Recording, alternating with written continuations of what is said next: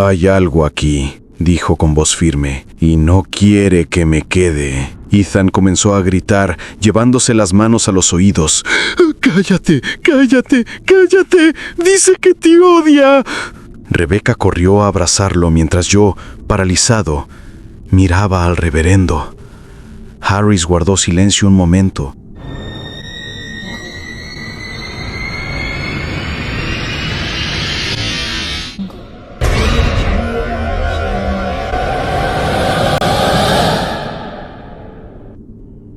Mi nombre es Daniel Foster. Tengo 42 años y vivo en un vecindario tranquilo en Boise, Idaho. Mi esposa, Rebecca, de 39, y yo tenemos un hijo, Ethan, de 7 años. Hasta hace poco llevábamos lo que cualquiera llamaría una vida normal.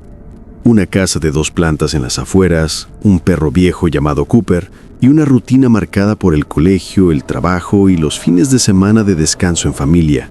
Nada fuera de lo común. Nada que hiciera presagiar lo que estaba por ocurrir. Todo comenzó a inicios del verano del 2021.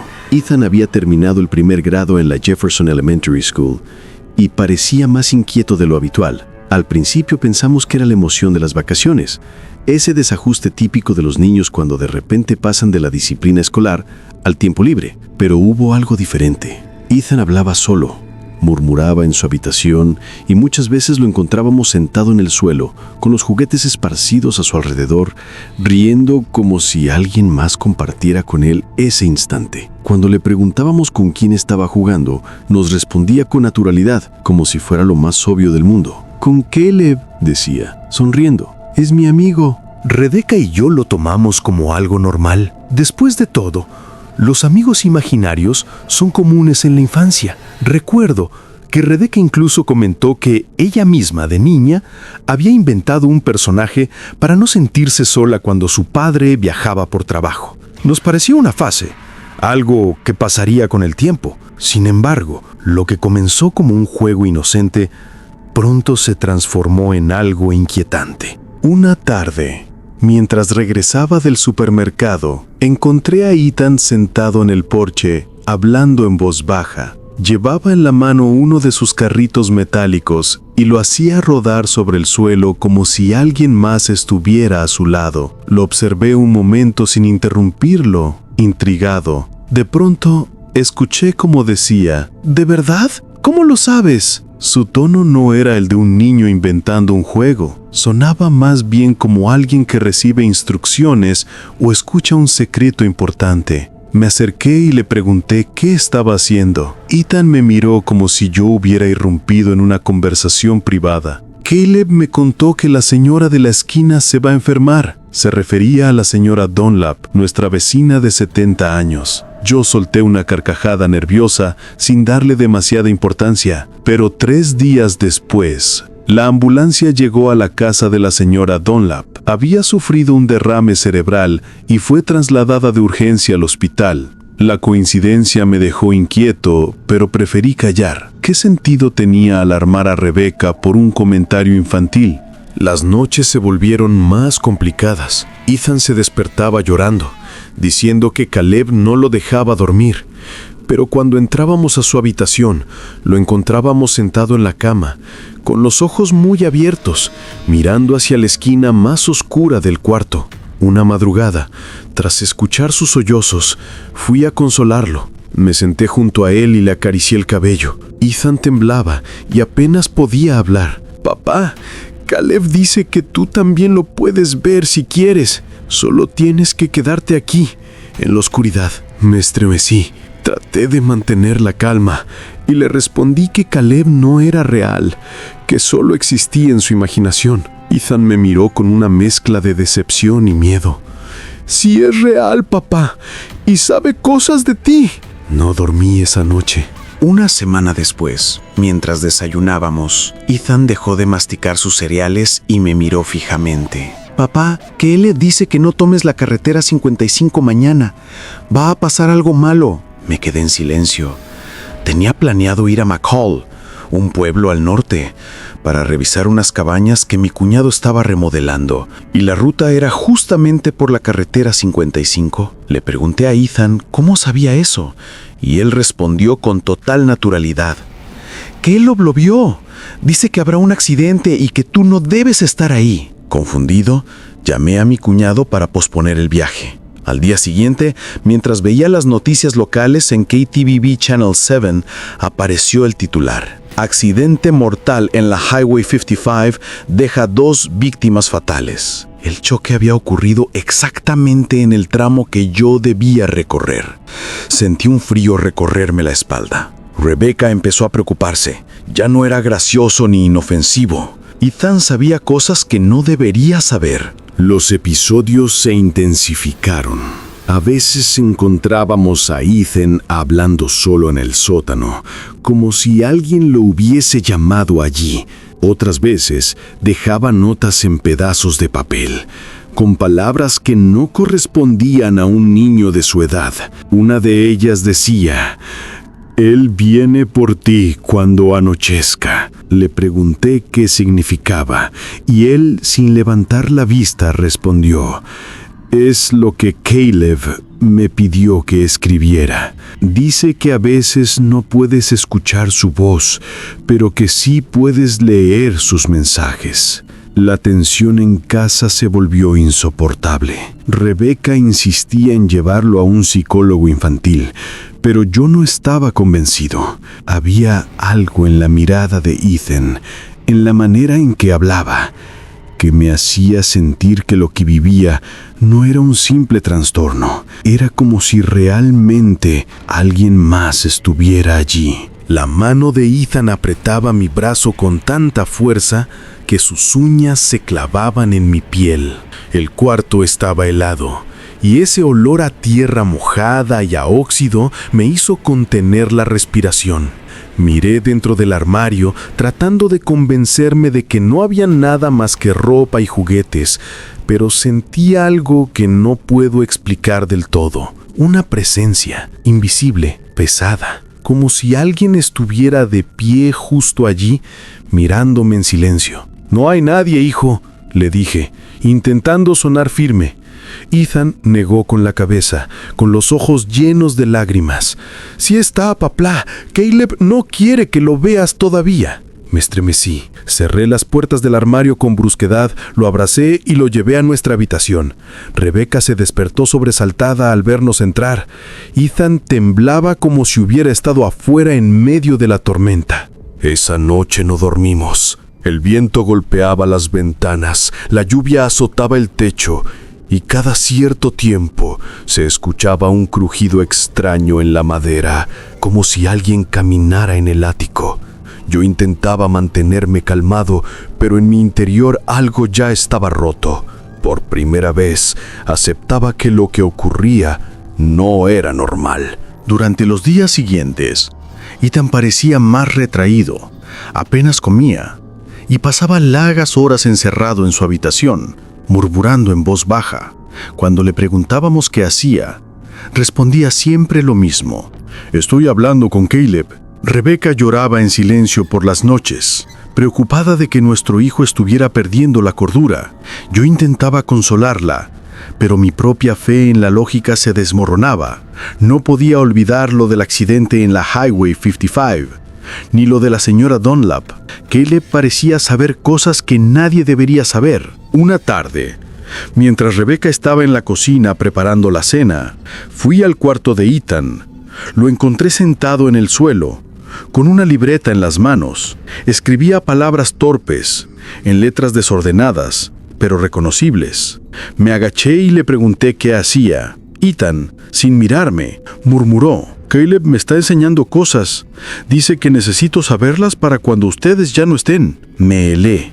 Le quité la libreta con suavidad y la revisé. Entre garabatos infantiles había frases completas, demasiado complejas para un niño de su edad. Una de ellas decía: «El silencio será la señal. Cuando deje de escucharse, ya será tarde». Otra, aún más inquietante: «Él viene del sótano, donde siempre estuvo esperando». El corazón me martillaba en el pecho. Guardé la libreta sin que Ethan lo notara y salí del cuarto con las manos temblorosas. Nuestra casa tenía un sótano al que casi nunca bajábamos. Era húmedo, frío y olía a moho. Lo usábamos para almacenar cajas viejas, herramientas y algunas pertenencias de mis padres que había heredado tras su muerte. Esa misma noche, después de que Ethan se durmió, bajé con una linterna. Rebeca me rogó que no lo hiciera, pero necesitaba comprobarlo. La escalera de madera crujía con cada paso y la linterna iluminaba solo un pequeño círculo en medio de la oscuridad. El aire era espeso, como si el sótano respirara por sí mismo. Sentí una presión en el pecho y mi piel se erizó por completo. Avancé entre las cajas hasta el fondo, convencido de que no hallaría nada. Pero entonces escuché algo, un murmullo bajo, apenas audible, como una respiración mezclada con palabras incomprensibles. Apunté la linterna hacia la esquina y el haz de luz tembloroso iluminó una vieja muñeca de porcelana, rota y cubierta de polvo.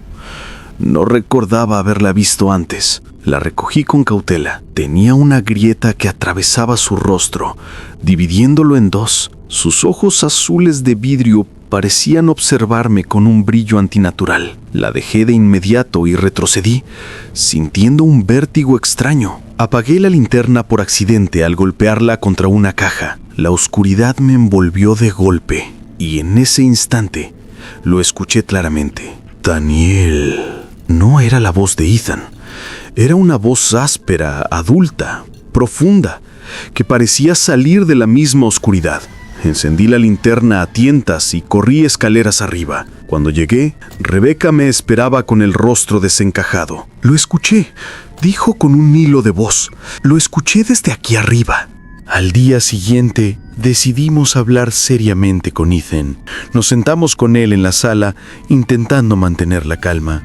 Le pedí que me contara más sobre Caleb. ¿Quién es él? ¿De dónde lo conoces?, pregunté. Ethan jugueteaba con sus manos, incómodo. Dice que siempre estuvo aquí, antes de que viviéramos en esta casa. Al principio estaba solo y triste, por eso quiso ser mi amigo. Rebeca sollozó y lo abrazó, pero yo seguí preguntando. ¿Y qué quiere Caleb de ti? Ethan levantó la vista. Su expresión era extrañamente madura para un niño de 7 años. Dice que pronto va a dejar de ser mi amigo porque quiere ser tuyo. Sentí un escalofrío recorrerme el cuerpo entero. Esa noche ocurrió algo que marcó un antes y un después. Había salido de la ducha cuando escuché a Ethan reír en el pasillo. La puerta del baño estaba empañada y en el espejo, entre el vapor, noté algo extraño. Un nombre escrito con un dedo invisible. Caleba. Abrí la puerta de golpe. Ethan estaba allí, quieto, mirándome con una sonrisa inquietante. Te dijo hola, papá. Rebeca llegó corriendo y lo tomó de los hombros. Yo, paralizado, observaba cómo el vapor seguía formando letras en el espejo, como si una mano invisible continuara escribiendo. No me niegues. El ambiente se volvió opresivo, casi insoportable. El aire estaba tan frío que podía ver mi propio aliento, a pesar de que la calefacción seguía encendida. Ethan, con los ojos vidriosos, murmuró algo que me heló la sangre. Papá, Caleb dice que te espera en el sótano, que esta vez no vayas con linterna. No dormimos esa noche. Rebeca lloraba en la cama, mientras yo me sentaba en la orilla, con la cabeza entre las manos, sintiendo que la realidad se me escapaba. El nombre en el espejo seguía grabado en mi mente como fuego. Rebeca rompió el silencio. Daniel, esto no es normal. No es solo un juego infantil. Necesitamos ayuda. Acepté a regañadientes. Yo también lo sabía. Así que al día siguiente, llamé a la First Presbyterian Church of Boise. El pastor, el reverendo Michael Harris, me conocía de vista porque había oficiado la boda de un amigo mío. Cuando le conté lo que estaba ocurriendo, guardó un silencio largo y pesado. Los niños son más sensibles a ciertas presencias, me dijo finalmente. No voy a descartarlo como imaginación. Si quieren, puedo ir a su casa, orar con ustedes y bendecir el lugar. Aceptamos sin dudar. El reverendo llegó una tarde gris, cargando una pequeña Biblia y un frasco con agua bendita. Ethan lo miró con desconfianza desde la sala. No quiso saludarlo ni acercarse. Mientras el pastor recorría la casa, recitando oraciones y rociando agua bendita, Ethan se puso pálido y comenzó a sudar. «Caleb no quiere que lo haga», susurró con los dientes apretados. «Dice que si no se va ahora, lo va a lastimar». El reverendo lo observó con atención y siguió rezando, pero de pronto un estruendo sacudió el techo. Parecía que algo pesado había caído en el ático. Todos nos sobresaltamos. El pastor, con gesto severo, se dirigió al pasillo y miró hacia arriba. «Hay algo aquí», dijo con voz firme, «y no quiere que me quede». Ethan comenzó a gritar, llevándose las manos a los oídos. «¡Cállate, cállate, cállate! ¡Dice que te odia!» Rebeca corrió a abrazarlo mientras yo, paralizado, miraba al reverendo. Harris guardó silencio un momento, luego se acercó a mí y me susurró: «Sea lo que sea, no viene de Dios. No lo enfrentes solo». Y con eso se marchó. Ni siquiera terminó la bendición. La tormenta regresó, como si el cielo mismo se burlara de nosotros. Ethan no quería dormir. Caminaba en círculos por la sala, murmurando frases incoherentes. Rebeca estaba al borde del colapso, llorando sin poder consolarlo. Yo, en cambio, me sentía dominado por una mezcla de miedo y determinación. No podía seguir huyendo. Si Caleb existía, si realmente había algo en esa casa, tenía que enfrentarlo. Esperé a que el reloj marcara las 3 de la madrugada. Rebeca y Ethan dormían, aunque inquietos. Tomé la linterna, pero recordé lo que había dicho mi hijo. «Esta vez no vayas con linterna», dudé. Finalmente, la dejé sobre la mesa y bajé al sótano con las manos vacías. Cada paso crujía como si la madera se quejara de mi peso. El aire era más frío que nunca y la oscuridad parecía casi sólida, como un muro que me envolvía. Llegué al final de las escaleras y me detuve. El silencio era absoluto. Ni siquiera el viento o la lluvia se escuchaban. Recordé la frase que Ethan había escrito en la libreta: «El silencio será la señal. Cuando deje de escucharse, ya será tarde». Tragué saliva y avancé a ciegas, guiándome por la memoria del espacio. Extendí la mano y toqué una de las cajas, reconociendo su superficie áspera. Todo estaba igual que antes, y sin embargo, no lo estaba. Sentí una corriente de aire gélido acariciarme el cuello. Algo respiraba cerca de mí. «Daniel». La voz volvió a sonar, esta vez más clara, más cerca, como si estuviera justo detrás de mí. Me giré en un movimiento brusco, pero no había nada. La oscuridad me tragaba. Entonces escuché pasos lentos, pesados, avanzando hacia mí desde la esquina donde había dejado la muñeca de porcelana. «¿Quién eres?», pregunté con la voz temblorosa. El silencio me respondió y luego un susurro casi infantil, como una imitación burlesca de la voz de Ethan. «Soy Caleb, y ahora también soy tu amigo». Un objeto se movió en el suelo, chocando contra mi pie. Lo toqué con las manos temblorosas. Era la libreta de Ethan. La abrí a tientas y pasé mis dedos por la página. Había algo escrito en tinta fresca: «Mira detrás de ti».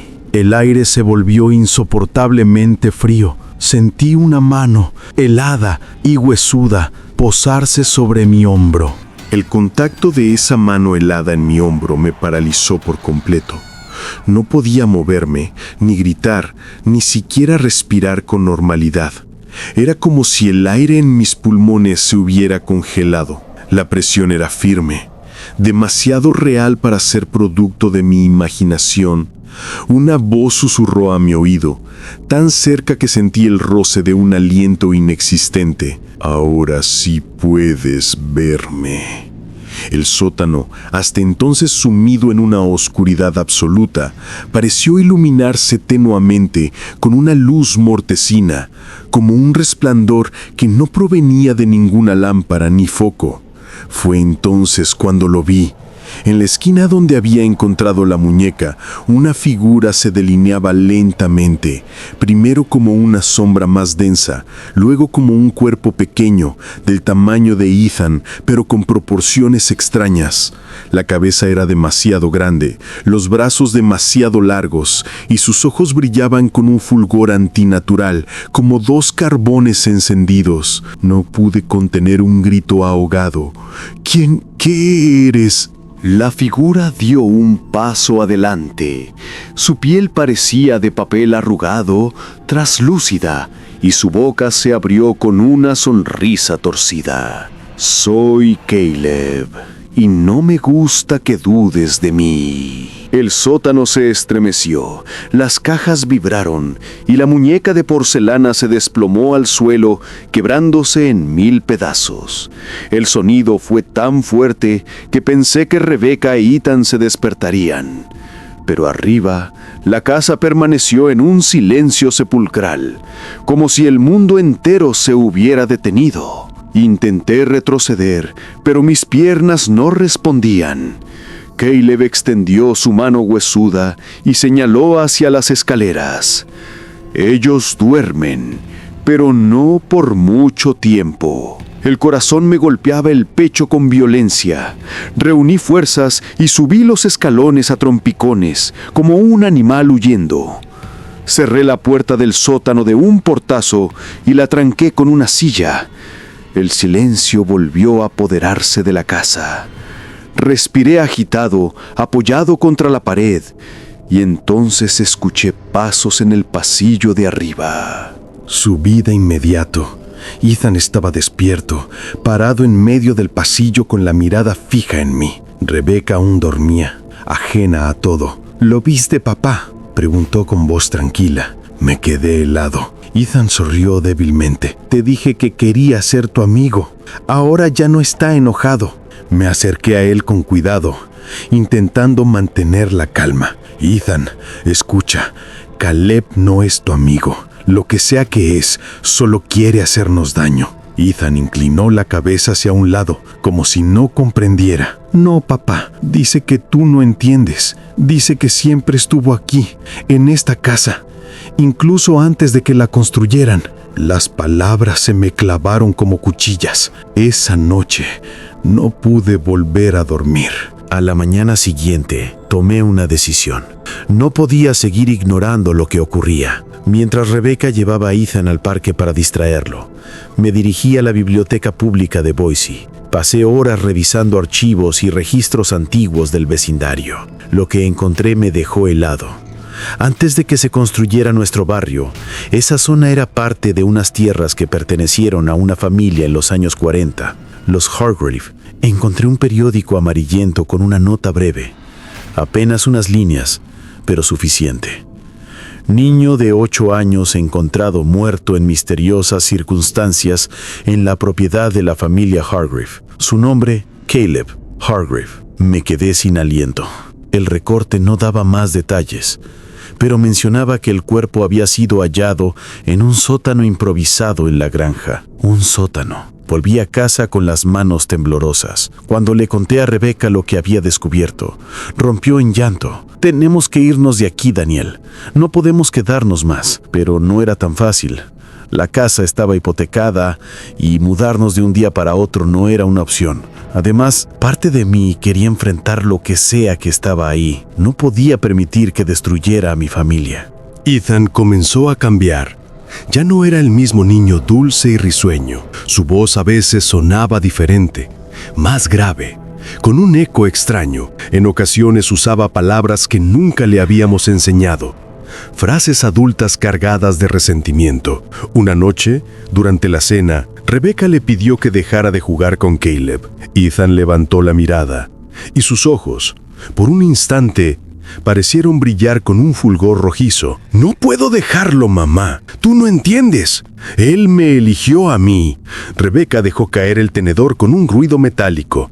Yo me quedé paralizado, observando cómo Ethan volvía a comer como si nada hubiera pasado. Pero lo peor llegó unos días después. Era medianoche cuando escuché a Rebecca gritar. Corrí a la habitación de Ethan y le encontré en el suelo, sujetándose el brazo. Estaba sangrando.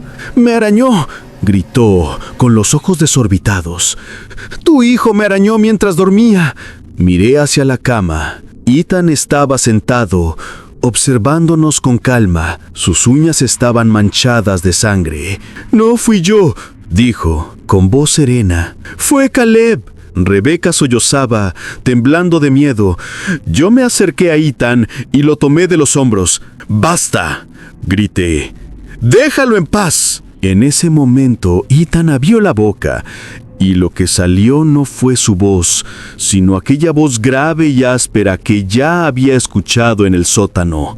«Tarde o temprano, Daniel, tendrás que aceptar que ya es mío». No dormí esa noche. Me quedé sentado en la sala, con todas las luces encendidas, escuchando cada crujido de la madera, cada golpe del viento contra las ventanas, cada silencio que parecía prolongarse demasiado. El cansancio me pesaba en los párpados, pero no me atreví a cerrarlos. Tenía la sensación de que si lo hacía, algo aprovecharía ese instante de debilidad para irrumpir, para reclamar lo que decía ser suyo, a mi hijo. El amanecer llegó, gris y húmedo, como si incluso el sol hubiera perdido el interés en iluminar nuestra casa. Sara bajó con los ojos enrojecidos por las lágrimas y el insomnio, y detrás de ella, Ethan, con un semblante extraño, ni feliz ni triste, simplemente distante, como si estuviera en otra parte. Me saludó con un buenos días, apenas audible, y se sentó a desayunar.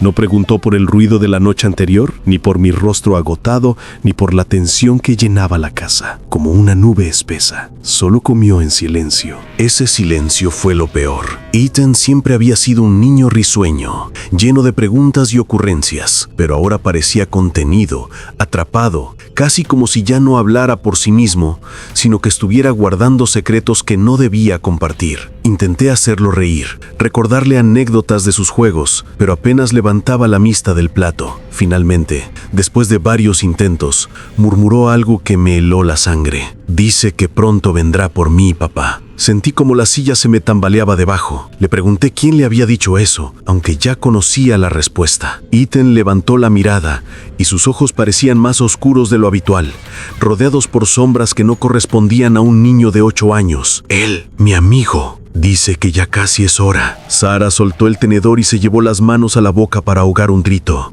Yo traté de mantener la calma, pero mis manos temblaban contra la mesa. Lo llevé a un lado y le pregunté qué significaba eso, pero Ethan solo me contestó: «Cuando se ponga muy, muy oscuro, entonces me voy». No pude soportar escuchar más. Decidí que ese mismo día hablaríamos con alguien, un sacerdote, un psicólogo, cualquiera que pudiera darnos respuestas. Llamé a la iglesia local, St. Mary's Catholic Church, ubicada en el centro de Bloomington. El padre Matthews aceptó recibirnos de inmediato, aunque su voz al teléfono sonaba tensa, como si no fuera la primera vez que escuchaba algo así. Nos presentamos en la iglesia esa misma tarde. El padre Matthews, un hombre de unos 60 años, nos condujo a un despacho pequeño donde el aire olía a incienso y a madera antigua. Ethan se sentó en silencio, con las manos entrelazadas sobre las rodillas, mientras el sacerdote nos escuchaba narrar lo ocurrido desde el inicio. Cuando mencioné que el supuesto amigo de Ethan conocía detalles de nuestra vida,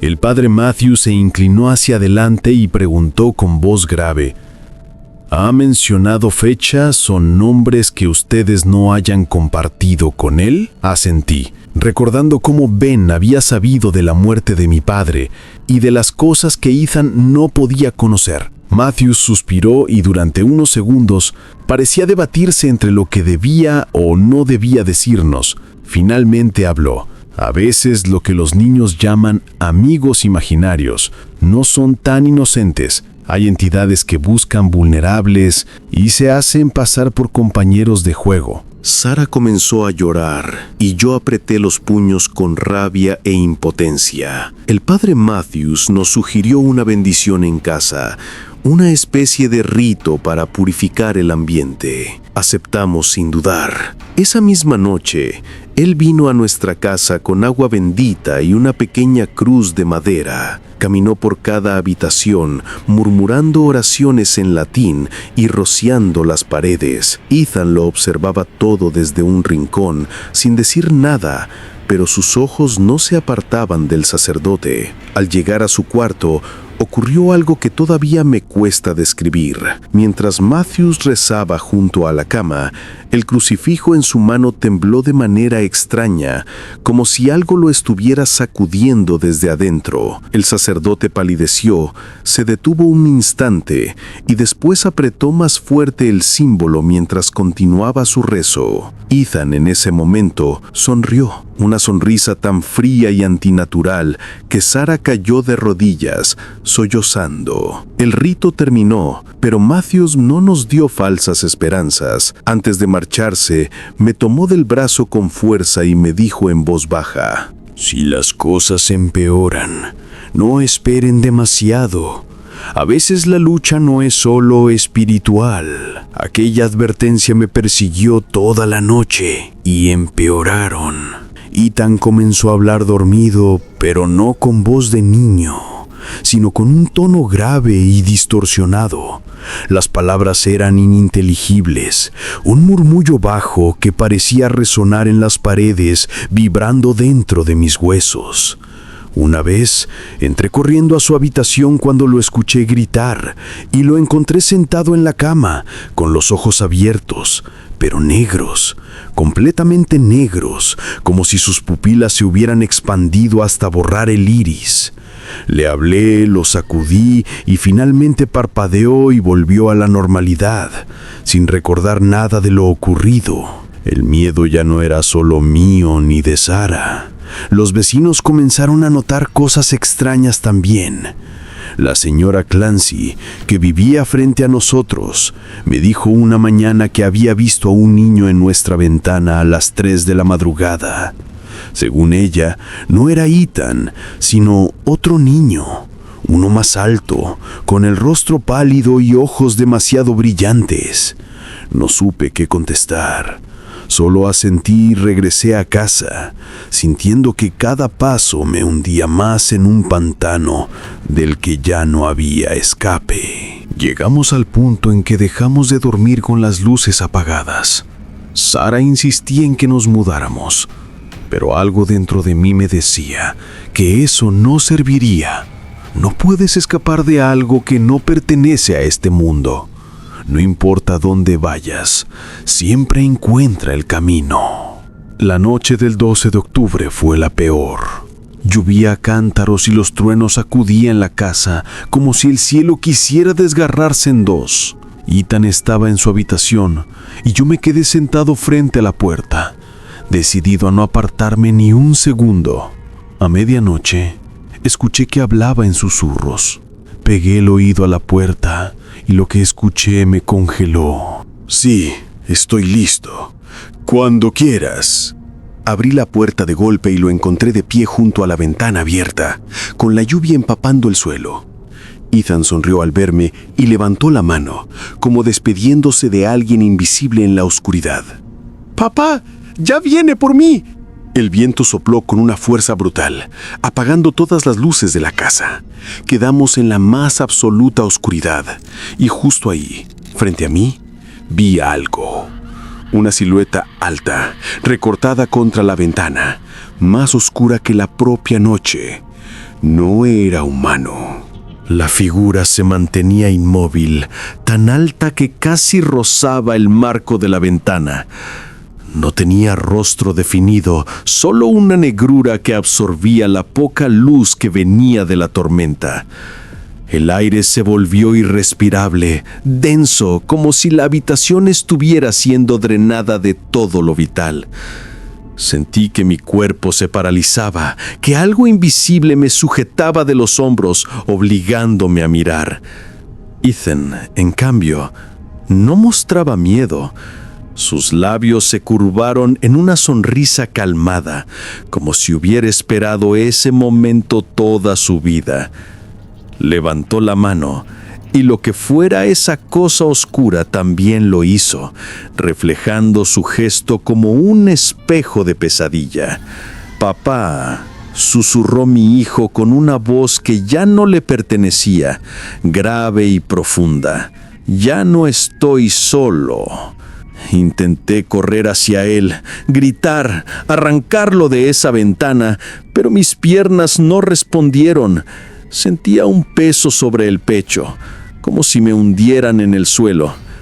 Solo pude ver cómo Ethan daba un paso hacia adelante, directo hacia la negrura que lo aguardaba. «¡No!», grité con toda la fuerza que me quedaba. La figura se mantenía inmóvil, tan alta que casi rozaba el marco de la ventana. No tenía rostro definido, solo una negrura que absorbía la poca luz que venía de la tormenta. El aire se volvió irrespirable, denso, como si la habitación estuviera siendo drenada de todo lo vital. Sentí que mi cuerpo se paralizaba, que algo invisible me sujetaba de los hombros, obligándome a mirar. Ethan, en cambio, no mostraba miedo. Sus labios se curvaron en una sonrisa calmada, como si hubiera esperado ese momento toda su vida. Levantó la mano, y lo que fuera esa cosa oscura también lo hizo, reflejando su gesto como un espejo de pesadilla. «Papá», susurró mi hijo con una voz que ya no le pertenecía, grave y profunda. «Ya no estoy solo». Intenté correr hacia él, gritar, arrancarlo de esa ventana, pero mis piernas no respondieron. Sentía un peso sobre el pecho, como si me hundieran en el suelo. Solo pude ver cómo Ethan daba un paso hacia adelante, directo hacia la negrura que lo aguardaba. «¡No!», grité con toda la fuerza que me quedaba. Entonces ocurrió. Una ráfaga de viento sacudió la habitación con tanta violencia que los vidrios de la ventana estallaron hacia adentro.